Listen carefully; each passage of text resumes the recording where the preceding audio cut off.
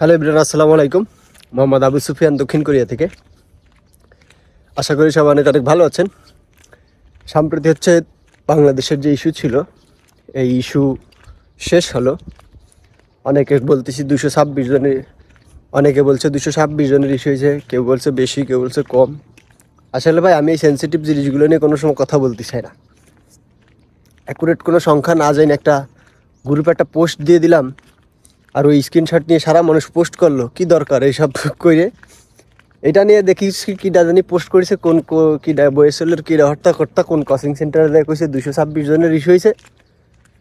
রোস্টারভুক্ত ফুলাফান সব এই নিয়ে পোস্ট করা করে শুরু হয়েছে। সবাই করছে 226 জন, মানে দলিল, এটা দলিল হয়ে গেছে আর কি। হ্যাঁ, কিন্তু আদৌ কি 226 জনের ইস্যু হয়েছে বা কি, এটা বইয়েছিল এখনো কোনো পোস্টই দেয়নি। কিন্তু অনেকে রেফারেন্স দিচ্ছে, ওই কিটা জানি একটা আইডি দিয়ে পোস্ট করেছে, সূত্র চলে এইছে অমুক ট্রেনিং সেন্টারের ওই বুয়েসেলের অমুক অফিসার, সে যায় অমুক কোচিং সেন্টারে যায় এই বক্তব্য দিছে। আর আমি সুফিয়ান যদি একটা লিখি যেন, আমার কিরণ স্যার ফোন দিয়ে কইছে যেন 400 জনের ইস্যু হয়েছে। আমি কিরণ স্যারের ফোন দিলাম, কিরণ স্যার আমার ফোন দিয়ে কইছে 400 জনের ইস্যু হয়েছে। আমি যদি আমারটা কিছু লিখি যেন, আলহামদুলিল্লাহ বাংলাদেশের ইস্যুতেই 400 জনের ইস্যু হয়েছে, সূত্র কিরণ স্যার।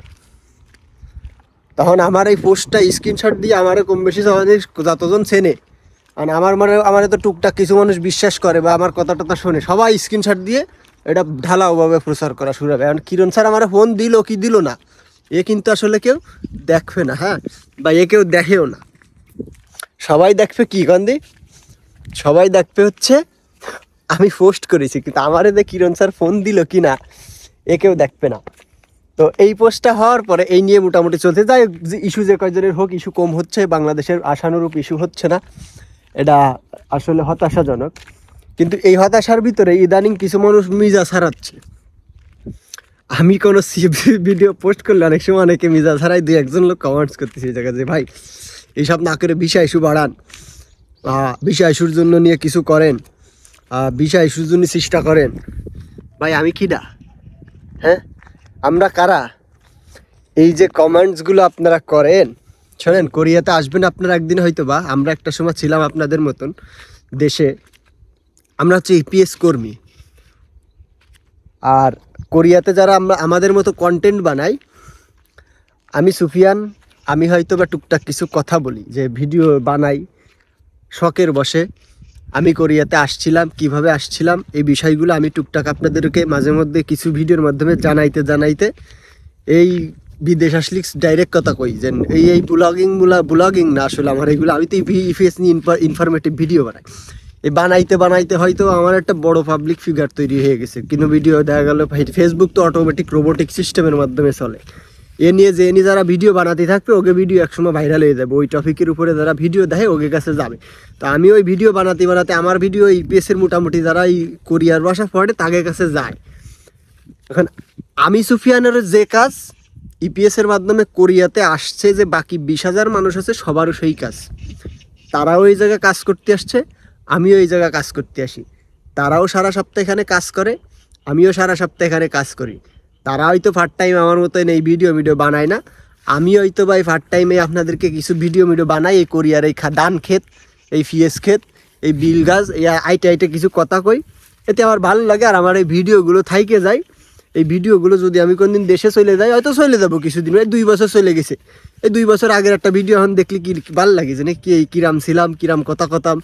এই যে এখন কত পরিবর্তন নিজের ভিতরে। 10 বছর পরে যখন আমার হয়তো যদি বাইসে থাকি, আমার এই চেহারা থাকবে না, আমার এই সুন্দর চেহারা থাকবে না, আমার এই চুল থাকবে না, আমার চুল পাইকে যাবে, তখন এই ভিডিওগুলো দেখে নিজের কাছে ভালো লাগবে যে কোরিয়াতে কাটাই আসার দিনগুলো আমি তখন দেখতে পারবো, যদি ফেসবুক থাকে, যদি আমি বাইসে থাকি। সেই হিসাবে করতে করতে প্রফেশনাল হয়ে গেছি। কিন্তু বিশ্বাস করেন, আমাদের এই জায়গায় কাজ হচ্ছে কাজ করতে আসা। তবে হ্যাঁ, আমরা প্রতিনিধিত্ব করি, বাংলাদেশের প্রতিনিধি আমরা বলতে গেলে। আমরা যত ভালো কাজ করব, বিষয় ইস্যু তত বৃদ্ধি পাবে বা অন্য কিছু, এইটা বলতে পারেন। কিন্তু সমসাময়িকভাবে শুধুমাত্র সুফিয়ানরা কেন্দ্র করে এরকম কমেন্টস করার কোনো অধিকার আপনার নাই। আমি কোন জায়গায় যাব?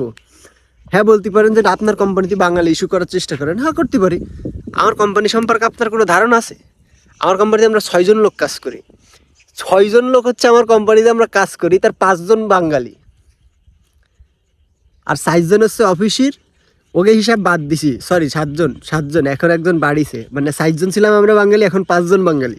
শুরুতে 6জন বাঙালি ছিল আমাদের কোম্পানিতে, এখন আমাদের কোম্পানিতে হচ্ছে 5জন বাঙালি। তো 5জন হচ্ছে আমরা বাঙালি, 2জন হচ্ছে আমাকে ওই যে কোরিয়ান নুনা আর এক বুড়ো সামুনিম আর ইসানিম, আর হচ্ছে সাইড ড্রাইভার। মোটামুটি 6জন হচ্ছে কাজ করার, আর 6জন হচ্ছে ড্রাইভার, খালি মাল নিয়ে আসে আর নিয়ে যায়।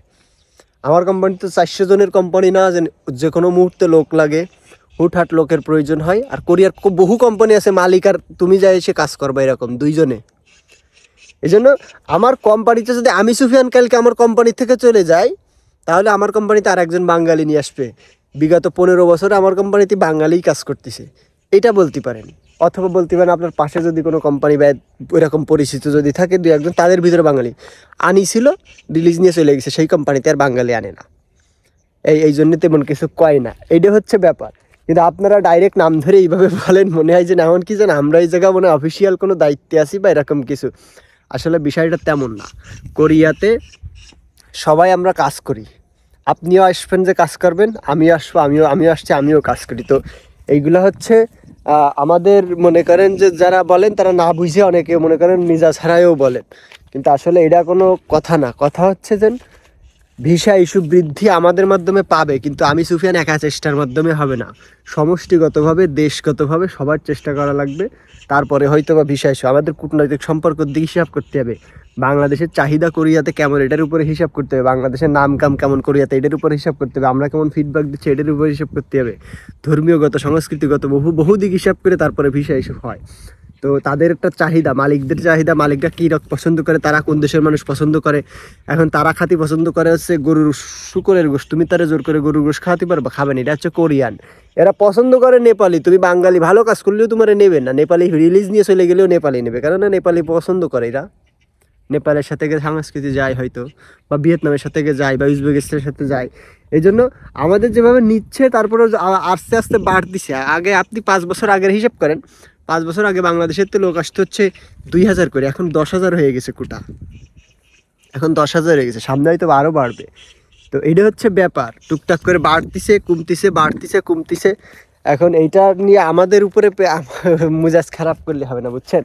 তো এইটা হচ্ছে ব্যাপার। আপনারা আসলে বুঝতে পারি আপনাদের কষ্ট। যখন আমি রোস্টারে ছিলাম আমিও এরকম চিল্লেতাম, আমি বহু চিল্লাইছি। এখন হয়তো ভিডিও বানাই একটু শান্তনা দিই, কারণ আমি জানি এই সিস্টেমে চিল্লেই কোনো লাভ নেই। আপনার চিল্লেন ওই ফেসবুক গ্রুপ পর্যন্ত, আপনার চিল্লেন ওই ফেসবুক গ্রুপ পর্যন্ত, এর বাইরে কিছু না। এইগুলো হচ্ছে নিজা ছাড়াই নিজের পরিচয় দেওয়া। তো এটা হচ্ছে ব্যাপার, টেনশন করবেন না, আর চেষ্টা করবেন কি রোস্টার ঢুকার পরে বসে না থাকার। ইনশাল্লাহ ভালো কিছু হবে, কোরিয়াতে চলে আসতে পারবেন যদি রিজিক থাকে। তো ভালো থাকবেন, সুস্থ থাকবেন, ভুল বুঝবেন না ইনশাল্লাহ। আসসালামু আলাইকুম।